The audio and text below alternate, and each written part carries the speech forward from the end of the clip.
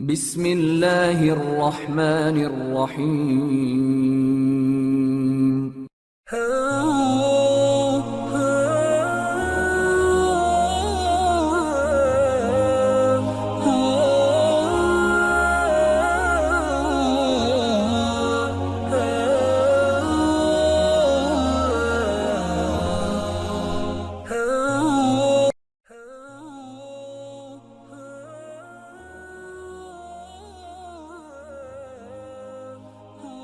نبی کریم علیہ الصلوۃ والسلام کی ذات اقدس کے حوالے سے سلسلہ پنجتنی نے نوجوان نسل کی بہتر رہنمائی اور آگاہی کے لیے ایک سلسلہ وار پروگرام فوق البشر کی عنوان سے ترتیب دیا ہے۔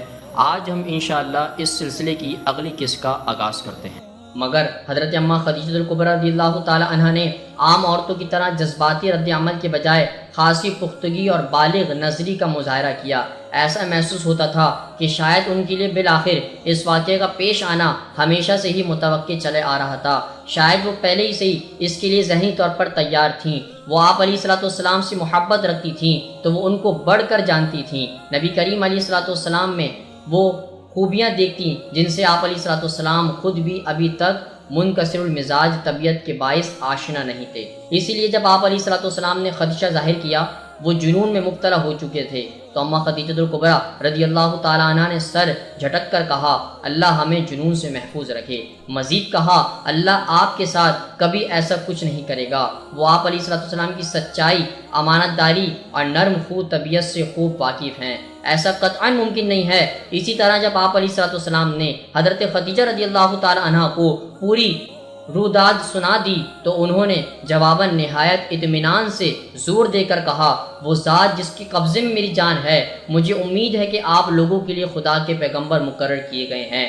حضرت خدیجہ رضی اللہ تعالی عنہا نے صبح طلوع ہونے تک آپ علیہ الصلوۃ والسلام کو یوں ہی تھامے رکھا۔ کافی دیر آپ علیہ الصلوۃ والسلام پر طاری لرزہ اور خوف کم ہوتا گیا۔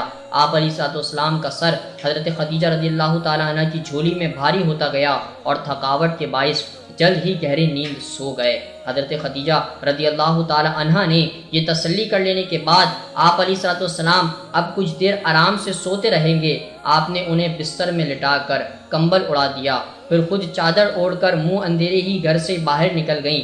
آپ علیہ الصلوۃ والسلام کا رخ اپنے چچا زاد برقہ کے گھر کی طرف تھا۔ آپ نہایت اطمینان سے مکے کی گلیوں میں تنہائی گزرتے ہوئے، جب آپ علیہ السلام کا سارا شہر ابھی تک غنودگی میں ڈوبا ہوا تھا، صبح کی پہلی پو کے ساتھ ہی برقہ کے گھر پہنچ گئیں۔